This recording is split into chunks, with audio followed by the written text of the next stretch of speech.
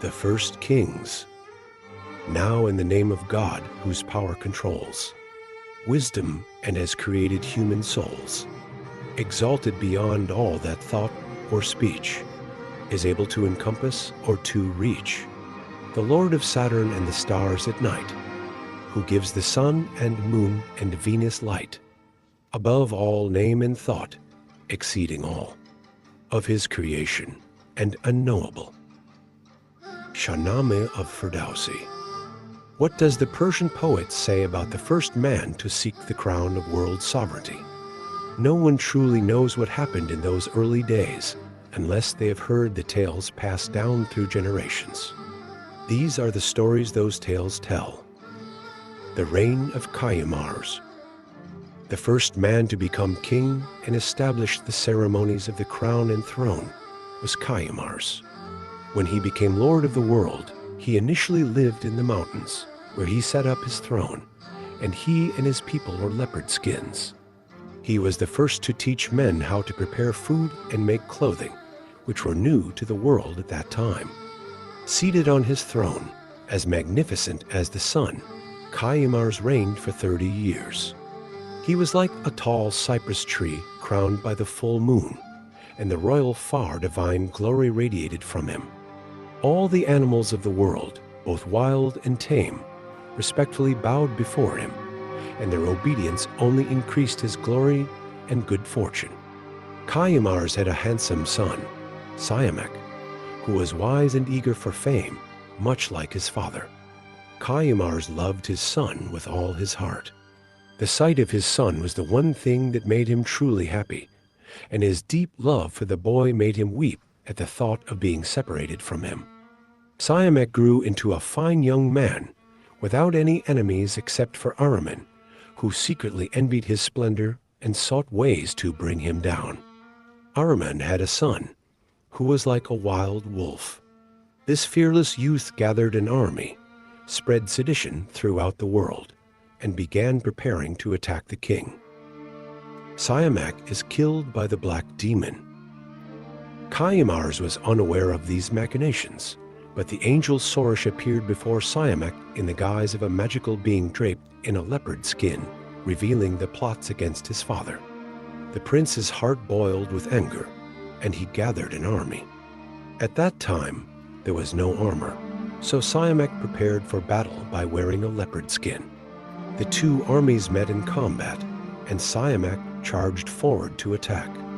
However, the Black Demon sank his claws into the prince's unprotected body, dragging the noble Siamak to the ground. When Kayumars heard of his son's death, his world was consumed by sorrow. He descended from his throne, weeping and beating his head in despair, scoring his royal flesh in anguish. His face was stained with blood, his heart was in mourning, and his days were filled with grief. The armies stood before the king, and a cry of sorrow rose from their ranks. Everyone wore blue to signify their mourning, and all the animals, wild and tame, along with the birds, gathered and wept as they made their way to the mountains. The dust raised by the mourners lingered in the air above the king's court. They mourned for a year, until the glorious Sorosh brought a message from God, saying, "Kayumars, weep no more, but regain your strength. Gather an army and fight against this malevolent demon."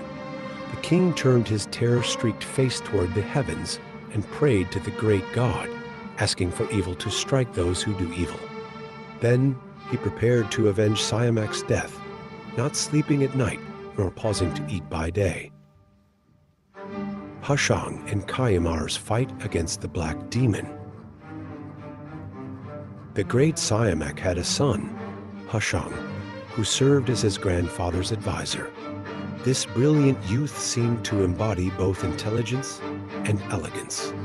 Kayumars raised him as his own son, for Hushang reminded him of Siamak, and he had eyes for no one else.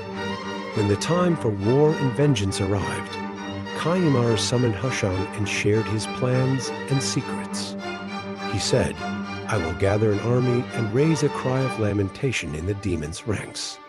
You must command these warriors, for my days are numbered, and you'll be the new leader. Kayumars gathered fairies, leopards, lions, savage wolves, fearless tigers, birds, and domestic animals. The intrepid young Hushang led this army, with Kayumars in the rear. The black demon came forward without fear, and the dust of his forces rose into the sky. But the fury of the king and the strength of the wild animals rendered the demon's claws ineffective. Forces met. The demons were defeated by the animals. Like a lion, Hushang caught the black demon in his grip, cleaving his body in two and severing his monstrous head. He cast the demon to the ground and flayed its wretched body. When Kayumars had achieved the vengeance he sought, his days came to an end, and the world was deprived of his glory. The Reign of Hushang. The just and prudent Hushang was now master of the world. He placed the crown upon his head and ruled in his grandfather's stead. He reigned for 40 years, his mind filled with wisdom and his heart with justice. Seated upon the royal throne, he declared, from this throne, a rule over the 7 climes, and everywhere my commands are obeyed, guided by God's will. He set about establishing justice. Under his rule, the world flourished, and the face of the earth was filled with the benefits of his just governance. The discovery of fire and the establishment of the Feast of Sadeh. One day, as King Hushang rode toward the mountains with a group of companions, something long and black suddenly appeared. Its 2 eyes were like bowls of blood attached to its head, and smoke billowed from its mouth, darkening the world. Hushang thought carefully, and then seized a rock, hurling it with all his royal strength at the creature. The beast flickered aside, causing the rock to strike the stony ground and shatter. From the collision of the 2 stones, a spark leaped out, and the rock's heart glowed with fire. Though the snake was not killed, the fiery nature of flint was discovered. From then on, whenever iron struck flint, sparks would fly. Hushang gave thanks to God for granting him the gift of fire, and from that moment, men began to pray toward fire. That night, Hushang and his companions built a mountain of fire and circled around it. They feasted and drank wine, and the feast was named Sadeh, Hushang's legacy to us. Next, Hushang grasped ore in his hand and, using fire, separated iron from its rocky home. In this way, he created the craft of blacksmithing, forging maces, axes, saws, and hatchets. Turning his attention to irrigation, he brought water from lakes to the plains through channels and canals, easing the labor of mankind with his royal far. This helped to increase agricultural land and harvests, so that each person could grow grain for their own bread and enjoy the fruits of their own labor. Hushang, using his God-given royal authority, divided animals into those that could be hunted, like onagers and deer, and those suitable for domestication, like cows, sheep, and donkeys.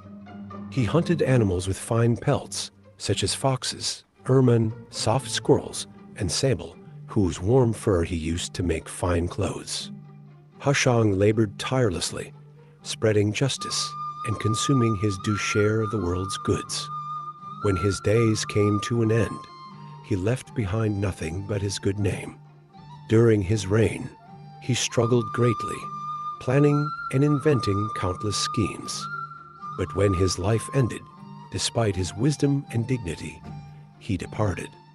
The world will not keep faith with you, nor will it show you its true face. The Reign of Tahmures. Tahmures, the son of Hushang, ascended to the throne and swore to uphold his father's legacy.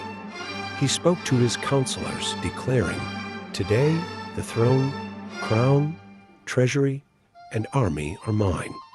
With wisdom I will rid the world of evil and restrict the demon's power." Tahmures sheared sheep and goats, spun their wool into fibers to make clothes, and taught men to weave carpets. He tamed wild animals, including lynxes, cheetahs, hawks, and falcons, showing people how to care for them. He revealed the virtues of things and encouraged praise for God, who granted humans dominion over animals. Tahmures had a noble vizier, Shahrasp, who was pure of heart and guided the king along righteous paths. Under Shahrasp's guidance, Tahmures bound Ahriman with spells and used him as a mount to tour the world. The demons, seeing this, gathered against him. However, Tahmures crushed their rebellion, using his divine power and heavy mace. The demons and sorcerers formed a great army, but Tahmures quickly subdued most of them, either by spell or by force. The remaining demons begged for their lives, promising to teach the king something valuable. They revealed the secrets of writing, teaching him nearly 30 scripts, including Western, Arab, Persian, Sogdian, Chinese, and Pahlavi. Tahmures ruled for 30 years, performing noble deeds. When his time ended, he left behind a legacy that would be remembered for generations. The Reign of Jamshid. The death of Tahmures, the binder of demons, was deeply mourned, but his son, Jamshid, filled with his father's wisdom, prepared to take the throne. Wearing the golden crown in accordance with royal custom, he ascended to the throne. The imperial far was upon him, and the world submitted to his rule. Quarrels ceased, and demons, birds, and fairies obeyed his commands. The royal throne shone with his brilliance, and the wealth of the world flourished under his reign. Jamshid proclaimed, "God's glory is with me. I am both prince and priest. I hold evildoers back and guide souls toward the light." His first focus was on warfare. Using the royal far, he softened iron, teaching men to fashion weapons such as helmets, chain mail, cuirasses, swords, and barding for horses. For 50 years, Jamshid's efforts went into ensuring the strength of his warriors, amassing a great store of weaponry. For another 50 years, he turned to the creation of fine clothes for both feasting and fighting, using linen, silk, and wool. He taught the arts of spinning, weaving, dyeing, and sewing, bringing prosperity and joy to the world. Next, Jamshid focused on organizing society. He gathered people from different professions, assigning roles to each according to their duties. He separated those who worshipped and prayed, sending them to the mountains, and those who fought in battle, establishing the ranks of lion warriors to defend his kingdom. He also organized the workers in the fields, those who tilled the land and reaped the harvest, often unthanked but vital to the prosperity of the world. Finally, he organized those working in various crafts and trades. For 50 years, Jamshid ensured that each man understood his role and responsibilities, establishing harmony and purpose across the kingdom. He then commanded the demons to mix clay and water to make bricks, teaching the science of geometry. Using these bricks, they built public baths, castles, and palaces, creating refuges for people. Jamshid also spent time extracting jewels and precious metals from the earth, acquiring rubies, amber, gold, and silver. With his magic, he solved the mysteries of how to obtain these treasures. He introduced the use of perfumes such as benzoin, camphor, musk, sandalwood, ambergris, and rosewater, and discovered cures for illnesses, guiding people toward better health.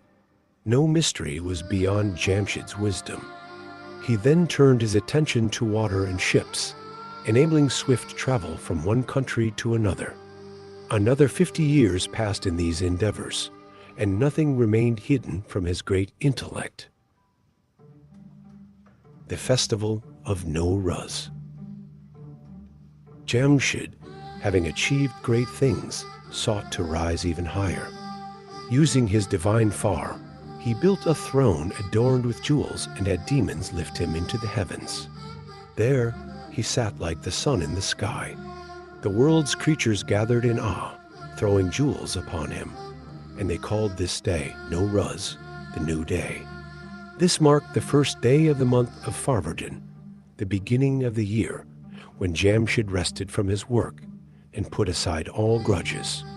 His nobles held a grand feast, calling for wine and music, and this festival was passed down as a remembrance of Jamshid.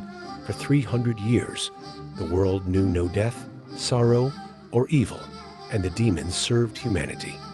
People obeyed Jamshid, and the land was filled with music and joy. But as time passed, Jamshid's pride grew. He looked at the world and saw no one who could match his greatness. He declared to his commanders and advisors, "I introduced the arts of living to mankind. The throne has seen no one like me. Everything you have comes from me, your food, your comfort, your safety." Who would dare say anyone else could be king? The elders remained silent, for no one dared speak against him. But with these words, Jamshid lost the divine fire that had blessed him, and murmurs of rebellion began to grow. As a wise man once said, "A king should remain humble before God." The heart of one who forgets this will be filled with fear. Jamshid's once radiant glory began to fade, and his reign darkened.